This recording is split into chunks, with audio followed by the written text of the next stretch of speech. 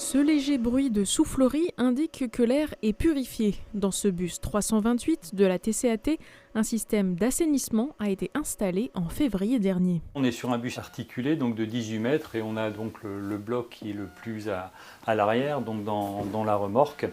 Et puis ensuite sur la partie qui correspond à un véhicule traditionnel, donc un véhicule de 12 mètres, on a donc juste après l'articulation un autre bloc et puis donc le dernier qui est juste avant le poste conducteur, donc ici. On voit l'entrée, l'air qui est aspiré par ici et qui ressort de l'autre côté une fois qu'il est traité. Basé sur le principe de photocatalyse, généralement employé en milieu hospitalier, ce module détruit la majorité des agents pathogènes présents dans l'air et les surfaces sont désinfectées. Les petites alvéoles en nid d'abeille qui vont catalyser l'air ambiant pour fabriquer donc cette eau oxygénée sous forme gazeuse.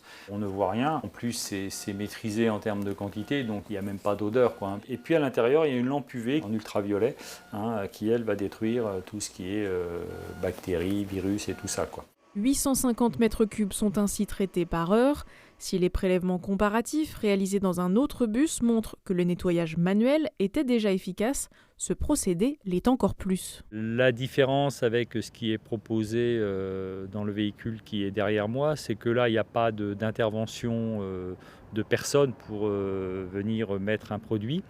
Et en plus, c'est en continu pendant tout le service. L'air serait ainsi renouvelé toutes les 2 minutes 30 en moyenne, de quoi limiter la transmission potentielle de nombreuses maladies. La grippe saisonnière, il y a les gastro-entérites et forcément ça permet aussi de protéger et de moins diffuser sur ce plan-là. Ce n'est pas que pour répondre à une problématique, c'est vraiment de manière globale de l'hygiène au sein des véhicules, quoi. Si la crise sanitaire actuelle et la proposition d'expérimentation de CBM Tramobus ont initié la démarche, la TCAT souhaite la poursuivre.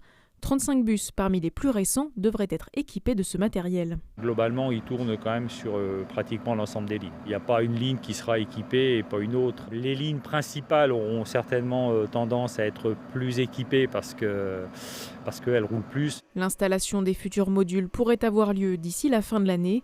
L'équipement d'un bus coûte environ 2 000 €.